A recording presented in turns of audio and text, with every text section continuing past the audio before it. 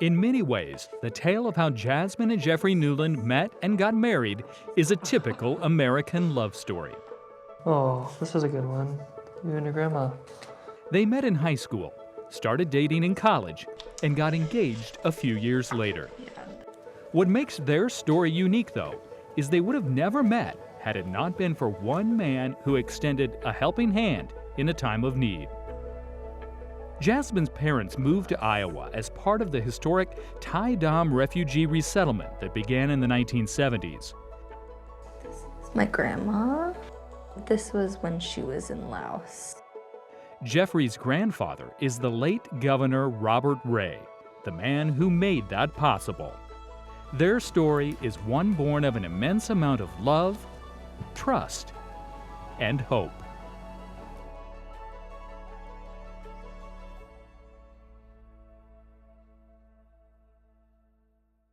As America retreated from the war in Vietnam and Saigon fell to the North Vietnamese in 1975, a flood of refugees would fan out across Southeast Asia. One group, known as the Tai Dam, would flee Vietnam to Laos and later seek refuge in America as they escaped the brutal communist regimes consolidating power in Southeast Asia. Their story kickstarted Governor Ray's most pivotal legacy, welcoming refugees to Iowa.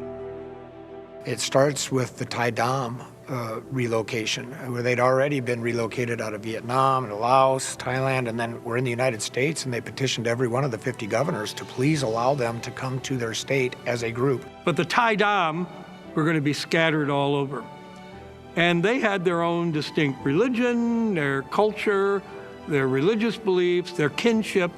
And they said, oh, all of that's going to be lost for us because there are not many of us and we're going to be scattered all around and we won't be able to keep any of this intact.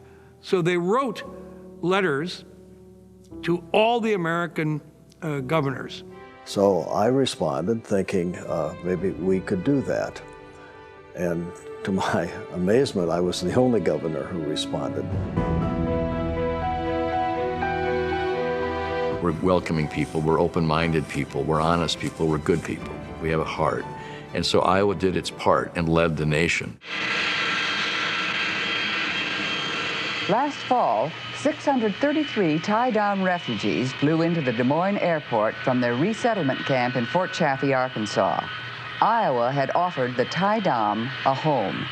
They came seeking a new life in a complex society, very different from the one they had known. To preserve this culture and closeness, Iowa has offered a home to all Tai Dam refugees who have come to America.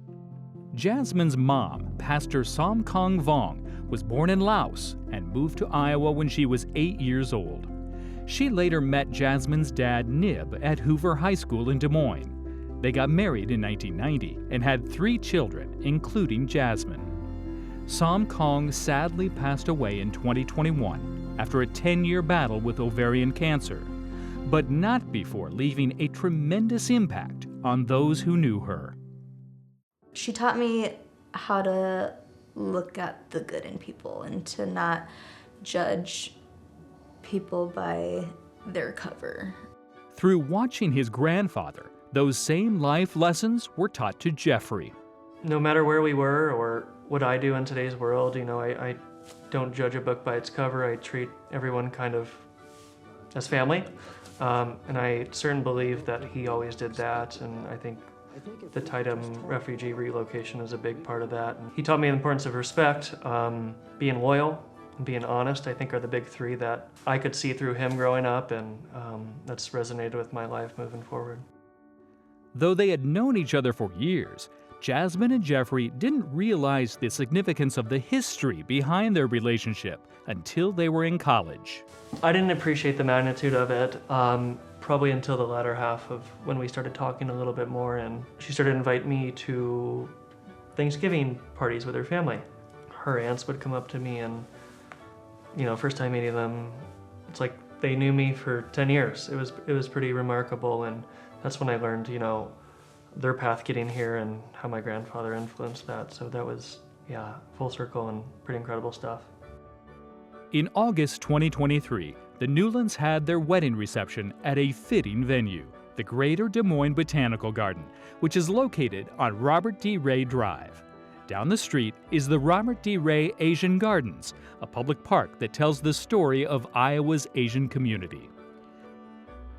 Just as it didn't start with them, both Jasmine and Jeffrey know that their story doesn't end with them.